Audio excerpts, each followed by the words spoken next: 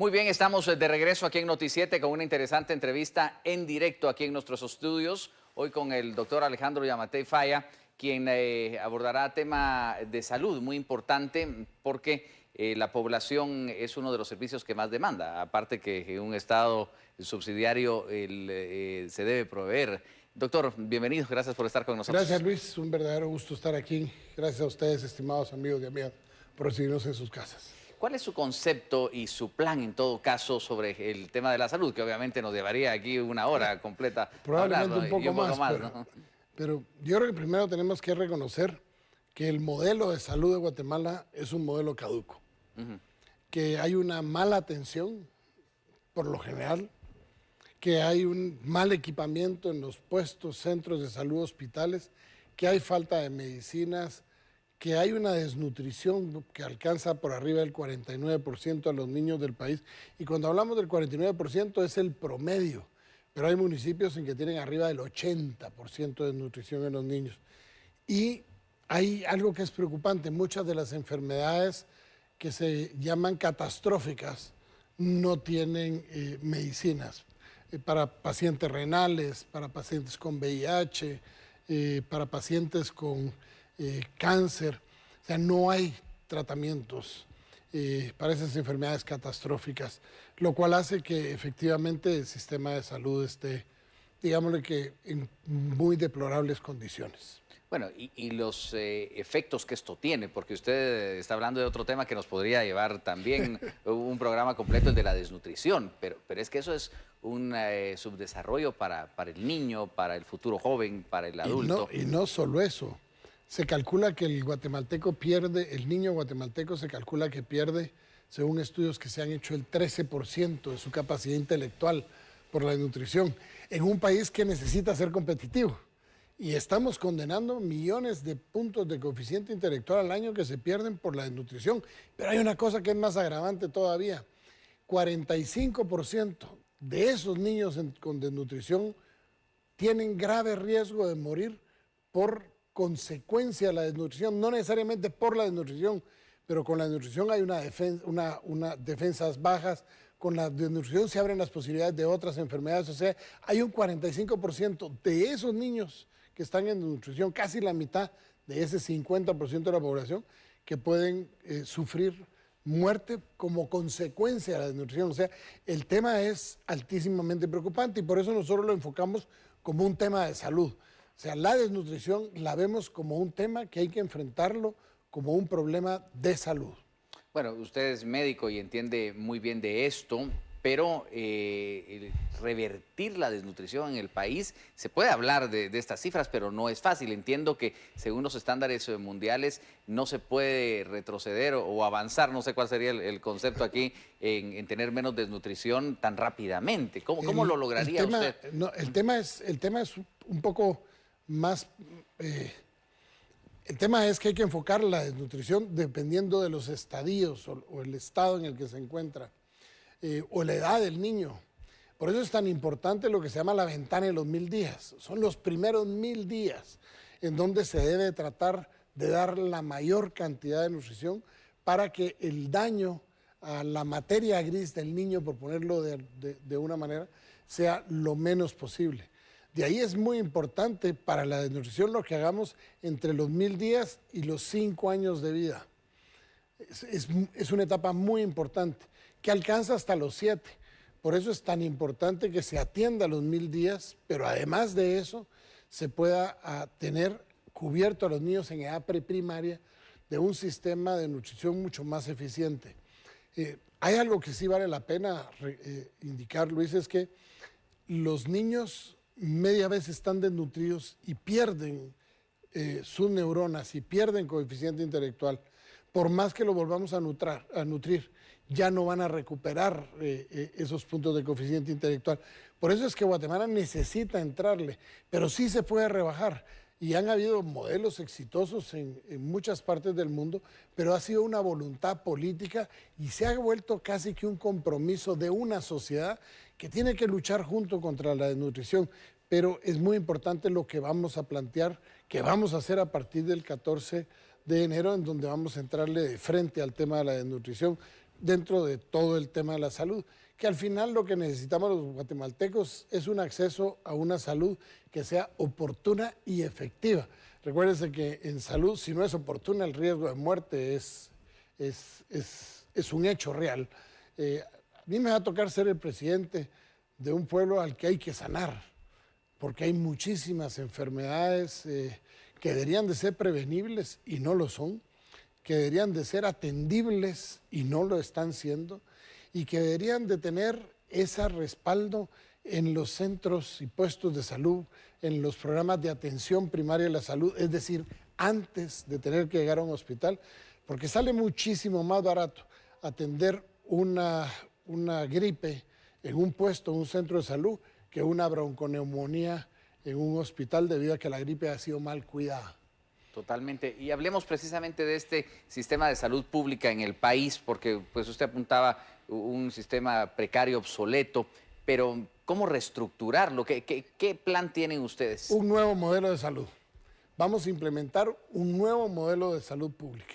Vamos a dejar atrás esto que hemos tenido, que ha sido un desbarajuste total, para entrar a un nuevo modelo de salud. Vamos a incrementar el número de hospitales, por lo menos de entrada 2 hospitales, uno en la capital y uno en el interior del país.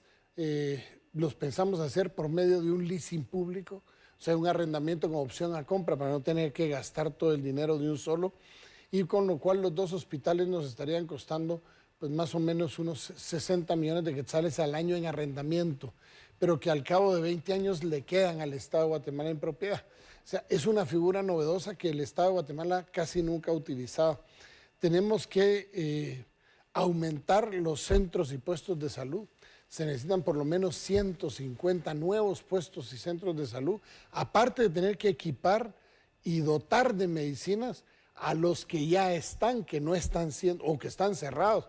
Hemos encontrado que hay varios cientos de centros y puestos de salud que prácticamente están cerrados y que nadie responde dónde está el personal, porque en algún lugar tiene que estar el personal. Bueno, si es que existe, por lo menos en el presupuesto debería de estar en algún lugar porque los hayan trasladado o algo, a no ser que sean plazas fantasmas, pero sí tenemos que hacer por lo menos por número 150 más. Tenemos que entrarle muy fuerte. ¿Cuál es el objetivo? ¿Uno por municipio, por ejemplo? No, no, si tenemos municipios que no tienen centros de salud, por ejemplo, San Juan Bautista en Suchitepeques, tiene un puesto de salud, ni siquiera a centro de salud llega. Y el puesto de salud no está en mano de un médico, está en mano de un auxiliar de enfermería, y estamos hablando de un municipio, de la cabecera departamental y de todo el municipio tienen un puesto de salud. Ni siquiera la distribución ha sido correcta. Entonces hay que, bueno, parte del estudio que hemos hecho, como le digo, esto podríamos hablar aquí horas de horas en el tema, pero aquí lo interesante es que hay soluciones, pero la solución pasa por una voluntad política en donde tenemos que hacer, por ejemplo, un programa de atención del adulto mayor especial en los hospitales, que es uno de los grupos muchísimo, de los más olvidados en el país, en donde tenemos que entrarle de lleno al equipamiento de los hospitales. Hay la necesidad de gastar aproximadamente 125 millones de quetzales en remozar los hospitales nacionales, por ejemplo, ponerle al hospital de Jutiapa un intensivo, porque el hospital de Jutiapa no tiene un intensivo, y cuando una persona llega al hospital de Jutiapa con la necesidad de un intensivo, lo mandan al hospital de Cuilapa y muchísima gente muere en el camino. ¿Cómo hacer que un hospital nacional no tiene un intensivo? Entonces, todo eso es lo primario que hay que hacer. Va a costarnos alrededor de 125 millones de quetzales y tiene que ser hecho urgentemente el año entrante para poder estabilizar la atención en los hospitales nacionales. ¿Cree usted que hemos avanzado en algunos aspectos en la salud del país? Yo creo que haría muy poco, o sea, no se mira mayor avance. Estamos hablando de que el equipamiento a los hospitales anda en el orden del 40, 50%, cuando como mínimo debería estar en el 90%. Hay una queja que es constante, que la gente va a un centro y un puesto de salud y lo que le dan es pena. ¿Sabe usted por qué? ¿Por qué? Porque cuando llega, aunque sea con un dolor de muelas, y dicen, miren, me duele las muelas, le dicen, con mucha pena. No hay. Entonces, no estamos dotando a la gente. Y recuérdense que la salud pública está enfocada a tratar al más pobre. porque los que tenemos alguna posibilidad de recursos, no vamos a ir a un centro de salud, un puesto de salud, pero el más pobre sí lo necesita y no están siendo bien atendidos y no están siendo cubiertas las necesidades mínimas, no todo. Hay 32 medicamentos básicos que se podrían enviar como dotación a los centros y puestos de salud, con lo cual podríamos estar atendiendo casi el 80% de la morbilidad, es decir, de las enfermedades, casi un 80%, con 32 medicamentos. El otro 20% es hospitalario, son cosas especializadas, pero podemos hablar que con 32 medicamentos podríamos estar casi atendiendo a la mayoría. Y ahí es en donde vamos a entrarle al tema de bajar el costo de la medicina, porque hay que reconocerlo y hablar la verdad. La corrupción ha hecho que el precio de la medicina en Guatemala sea impresionantemente alta comparado con los países vecinos. No es posible que en El Salvador, a 122 kilómetros de distancia, estemos hablando de un 40% más barata la medicina, o en México un 60%. Medicinas de mala calidad, falsas en muchos casos. El tema del IX, por ejemplo, es preocupante, en donde le dan a la gente la metformina, que es para el tema del azúcar en la sangre, para los diabéticos, y la están defecando entera, ni siquiera o sea, algunas medicinas que llora sangre, y eso sí es un crimen de lesa humanidad. Por eso es que nosotros lo vamos a revisar. Y una cosa más que tenemos que hacer es que vamos a abrir esos seguros colectivos adentro del IX, porque en el IX en la actualidad solo una persona que esté en la planilla de una empresa puede cotizar. No, nosotros queremos que cotice todo el mundo. Y aquí va, yo sé que este programa es muy visto en los Estados Unidos. Muchísimos migrantes nuestros en los Estados Unidos trabajan toda su vida allá, pero no tienen, por estar de ilegales, no tienen derecho a una pensión al final en su retiro. Nosotros les vamos a habilitar que puedan tener, también cotizando desde los Estados Unidos, la posibilidad de tener una pensión de invalidez, vejez y sobrevivencia pagando su cuota en el IX de Guatemala. De manera tal que podamos, a través de esos seguros colectivos, aceptar a cualquier persona que quiera estar cubierta con el IX. Y al IX le vamos a hacer entrada, porque todo el tema de salud, a mí me va a tocar ser un presidente, y un presidente que, siendo médico, mi problema principal es atender a un pueblo enfermo, porque Guatemala, la mayoría de los guatemaltecos, desgraciadamente, especialmente nuestros niños, están enfermos, por ejemplo, con la desnutrición. Pero ¿cómo es posible que en un país donde hay tantas regulaciones a las medicinas, esto ocurra? O sea, ¿cuál regulación? Si aquí los registros sanitarios son llevados a mano todavía. Pero Y hay un negocio que vamos a romper. El obtener un código de un medicamento, por ejemplo, para estar en el IX, hay que estar bastante bajo la mesa. El tema de la corrupción en las medicinas ha sido una realidad.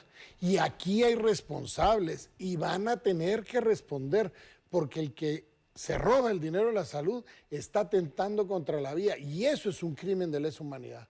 O sea, atentar contra la vida de las personas, encareciendo los productos, escondiendo los productos, falsificando los productos, eso es un crimen y tienen que ser perseguidos como criminales. Yo sé que a muchos de los estimados amigos que hoy me podrán ver no entenderán para quién van los mensajes, pero yo sé que los que me están viendo en este momento saben para quién va el mensaje, y vamos a ser intolerables con las personas que han lucrado con la salud de los guatemaltecos. ¿Y se puede buscar medicina más barata pero efectiva en el mundo entero para estos hospitales nacionales? Porque es que lo peor es que no le den la medicina, Mire, ¿no? Sí, porque no lo quieren resolver. En primer lugar, podríamos trabajar los pedidos de medicina en conjunto con El Salvador, Honduras y Guatemala. Y si nos unimos El Salvador, Honduras y Guatemala para hacer los pedidos junto con México, estaríamos hablando de una economía en escala impresionante. Podríamos tener medicamentos registrados con registros reales, mundiales, aquí en Guatemala a unos precios sumamente bajos. Porque la medicina tiende a bajar. Doctor, el tiempo se nos ha escapado para la entrevista de esta noche, pero si se quedó algo en el tintero del tema de salud. Un montón, Luis, se ha quedado un montón de cosas. Pero una de las cosas que vamos a impulsar, estimados amigos y amigas, a partir de enero del año entrante, es el programa de atención primaria de salud ampliada. Vamos a prevenir, porque hay que recordar que sale más barato prevenir que tener que lamentar. Recuerde, este 11 de agosto, 2 opciones. la innovación y el desarrollo o el regreso al pasado. Lo invito a que vote vamos. Que Dios me lo bendiga. Gracias, doctor Alejandro Yamatei. Nos vamos a encontrar pronto para otro tema interesante de los que seguramente los guatemaltecos querrán conocer su plan de gobierno. Así que nos vemos en la próxima ocasión. Muchísimas gracias, Luis. Gracias, el doctor Alejandro Yamatei Falla, en esta interesante entrevista.